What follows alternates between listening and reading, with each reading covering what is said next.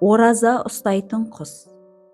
Құстардың арасында ең ақылды саналатын түрі қарға екені көпшілік біле бермейді. Қарға туралы неше түрлі аңыз әпсаналар бар. Қасиетті Құран кәрімде қарға туралы аз айтылмайды. Жер бетіндегі ең алғаш қылмысты жасап, өз бауыры Абылды өлтірген, Қабылға адам денесін көмуді осы қарға үйреткен деседі.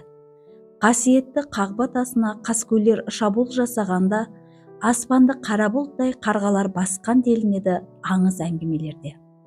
Олар әуелден қара тасты қарша боратып, Қағбаны қиратпақшы болған әскерді тып-типыл қылған, сөйтіп қасиетті тасты аман алып қалған. Қарғаны ежелден өз тотемі ретінде пайдаланған ұру тайпаларда жетерлік.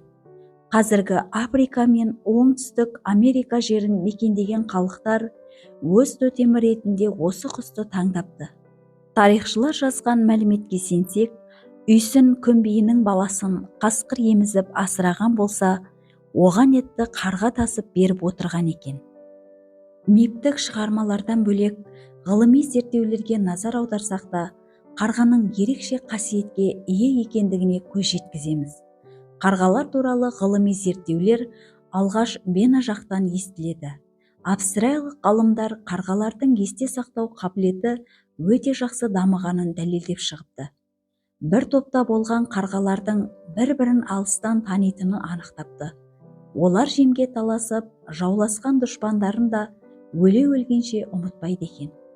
Асқазаны тез қорытатын қарғаның бұл қасиетімен ешбір құс теңесе алмайды.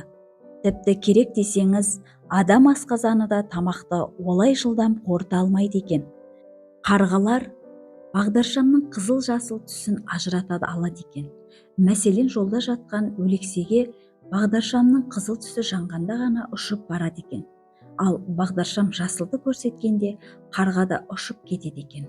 Сондай-ақ бұл жұмбақ құс адамның қолындағы таяқ па, мылтық па, оны да жақсы ажыратады аладыңыз.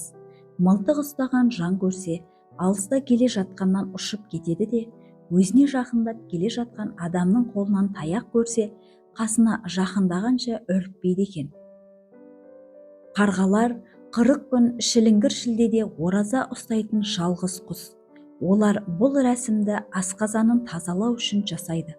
40 күн бойы өзен жағасын мекен етіп, аузын аңқита ашып, ағын судың ылғалымен шөлін қандырады екен. Осылайша 40 күн бойы нәр татпай ағзасын тазалайды.